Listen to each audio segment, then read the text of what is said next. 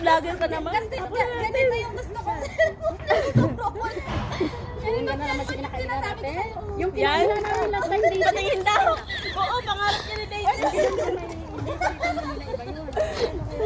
Saan ba tayo kumain? Saan ba tayo kumain doon?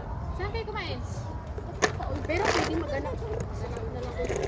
Hoy, huwag niyo isin sa akin sa messenger. Block na kayo sa akin lahat. Hindi, maglipat tayo ng live sa Facebook. Tapos Send ka sa akin ba? Doon sa iba. Hindi. Tahimik nung isa dyan, pero nagbibideo pa lang. Bilita.